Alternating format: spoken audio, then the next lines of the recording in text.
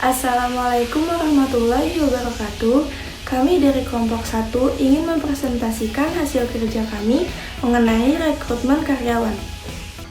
Perkenalkan, nama saya Dwi Puspita, NPM 2022-1450-2161.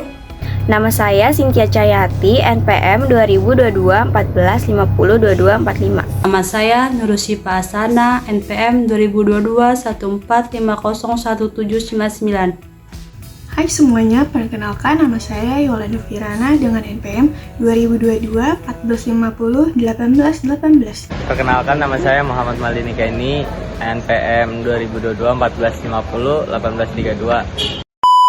Menurut T. Hani Handoko pada tahun 2008, menurut beliau, rekrutmen adalah suatu proses pencarian dan pemikatan para calon karyawan atau pelamar yang mampu untuk melamar sebagai karyawan. Yang kedua ada Wayne Mondi pada tahun 2008. Beliau menjelaskan juga artinya itu mendefinisikan rekrutmen sebagai proses menarik orang yang menurut Henry Simomora pada tahun 1997.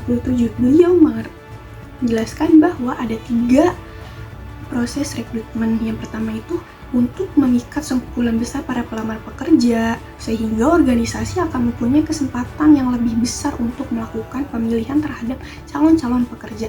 Yang kedua ada tujuan pasca pengangkatan atau bisa dibilang post hiring goals. Yang dimaksud itu adalah penghasilan karyawan-karyawan yang merupakan pelaksanaan yang baik dan akan tetap bersama dengan perusahaan sampai jangka waktu yang masuk akal. Dan yang terakhir adalah upaya-upaya hendaknya mempunyai efek tuberan atau bisa dibilang spillover effect, yang artinya yakni citra umum organisasi harusnya menanjak. Agar apa? Dan agar pelamar-pelamar yang gagal harus berhasil mempunyai kesan positif terhadap perusahaan tersebut. Alasan rekrutmen yaitu berdirinya organisasi baru, perluasan kegiatan, terciptanya pekerjaan baru, perpindahan karyawan, dan berhentinya karyawan karena pemberhentian normal, tidak terhormat, pensiun, maupun meninggal dunia. Prinsip-prinsip rekrutmen yaitu mutu karyawan yang direkrut sesuai dengan kebutuhan, jumlah karyawan yang diperlukan sesuai dengan job yang tersedia, biaya yang dibutuhkan diminimalkan, perencanaan dan keputusan strategis, flexibility, dan pertimbangan-pertimbangan hukum. Proses rekrutmen 1. Penyusunan strategi untuk merekrut. Di dalam penyusunan strategi ini, Departemen Sumber Daya Manusia bertanggung jawab di dalam menentukan kualifikasi pekerjaan. Bagaimana karyawan akan direkrut, di mana dan kapan. 2. Pencarian pelamar kerja. Setelah rencana dan strategis perekrutan disusun, aktivitas perekrutan sesungguhnya bisa berlangsung melalui sumber-sumber perekrutan yang ada. Banyak atau sedikitnya pelamar dipengaruhi oleh usaha dari pihak perekrut di dalam menginformasikan lowongan. Salah satunya adanya ikatan kerjasama yang baik antara perusahaan dengan sumber-sumber perekrutan eksternal seperti sekolah, universitas.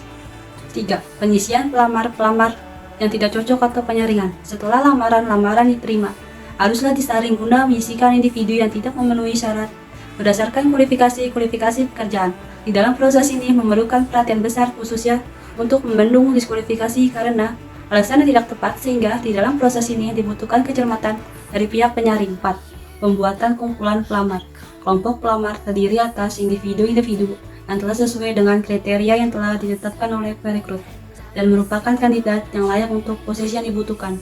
Hambatan perekrutan 1. Kebijaksanaan organisasi merupakan arah tindakan yang dipakai oleh organisasi dalam pengelolaan kegiatan sumber daya manusia yang meliputi kebijaksanaan promosi dari dalam, kebijaksanaan kompensasi, kebijaksanaan status pegawai, dan kebijaksanaan penarikan tenaga lokal. 2. Perencanaan SDM difokuskan untuk menentukan kebutuhan sumber daya manusia pada masa yang akan datang, untuk menentukan berbagai program dan kebijakan yang akan membantu pelaksanaan perekrutan dan menentukan kualifikasi pegawai yang dibutuhkan yang harus direkrut.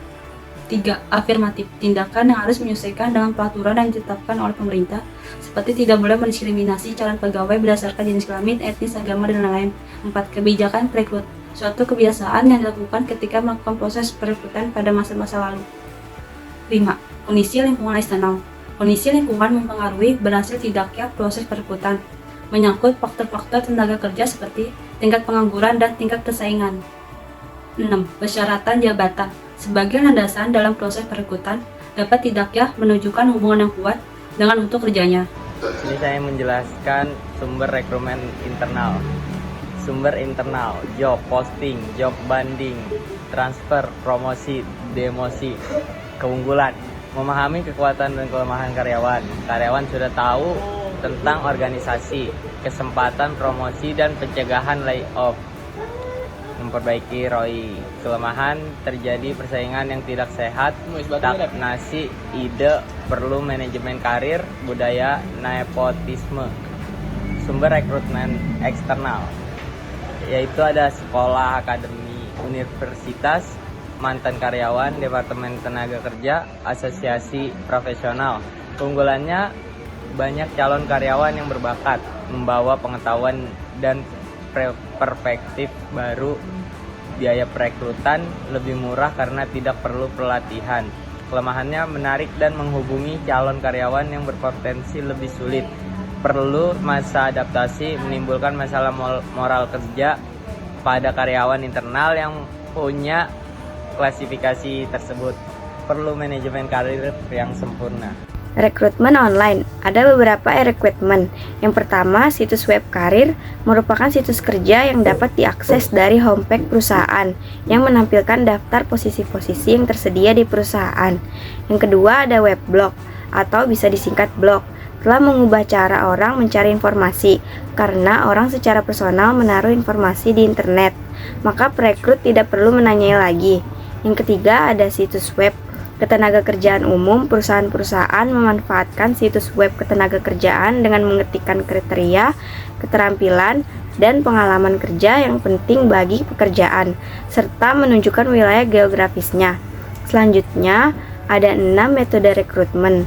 Yang pertama, advertensi atau iklan media, menginformasikan kebutuhan dan kualifikasi tenaga kerja melalui media cetak, media elektronik, dan billboards.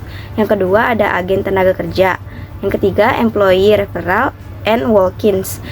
Kelemahan dari metode employee referral ini adalah berkembangnya kelompok di dalam organisasi karena karyawannya cenderung memasukkan temannya sendiri. Walk-ins juga merupakan metode untuk mendapatkan calon tenaga kerja yang mendatangi langsung bagian rekrutmen di perusahaan dan kemudian mengisi belangko lamaran yang telah disediakan. Yang keempat, ada pameran bursa lowongan kerja. Yang kelima, perekrutan terbuka. Yang keenam, ada magang. Dan yang terakhir, ada 4 evaluasi rekrutmen. Yang pertama, jumlah pelamar, jumlah usulan yang diterima, jumlah yang diterima, dan yang terakhir ada jumlah penempatan yang berhasil. Sekian presentasi dari kelompok kami, kurang lebihnya mohon maaf. Wassalamualaikum warahmatullahi wabarakatuh.